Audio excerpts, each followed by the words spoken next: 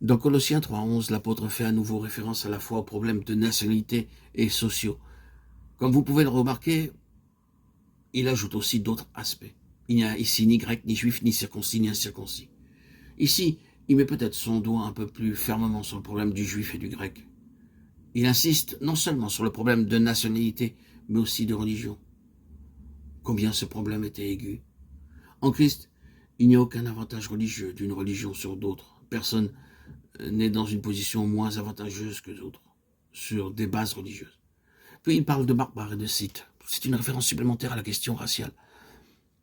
Ces termes représentent différents niveaux de civilisation et de culture, et l'apôtre résout le problème en disant qu'en Christ, de telles distinctions n'ont aucune place. Puis, dans le passage de 1 Corinthiens 24-30, un autre aspect de ce problème est placé devant nous. Mais puissance de Dieu et sagesse de Dieu pour ceux qui sont appelés, tant juifs que grecs. Or, c'est par lui que vous êtes en Jésus-Christ qui a été fait pour nous sagesse, justice, sanctification et rédemption.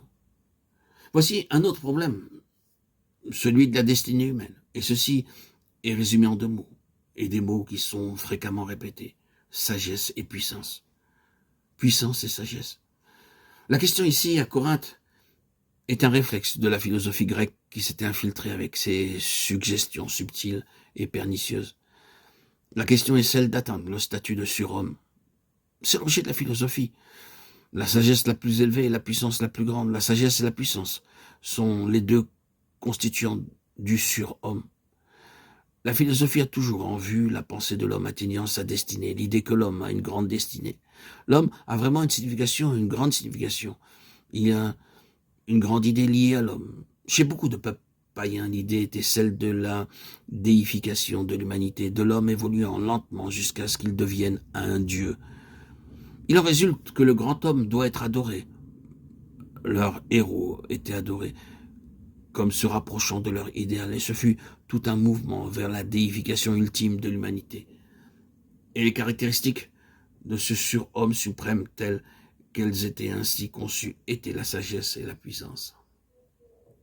Ces peuples ont toujours cherché à acquérir une sagesse supérieure pour les introduire dans une position de puissance supérieure, et ainsi réaliser la grande destinée de l'homme.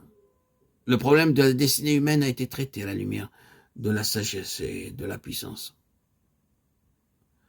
Cela est à l'arrière-plan du monde d'aujourd'hui. N'est-ce pas ce que nous trouvons maintenant dans des dictateurs, dans des hommes qui voudraient dominer le monde? C'est un cas de sagesse et de puissance, aboutissant à une telle considération du prestige humain que tout est amené sous la domination du dictateur. Il est considéré comme la personnification de la sagesse la plus élevée et de la puissance la plus grande du monde. C'est l'homme. Ainsi sera l'homme du diable sur le plan humain.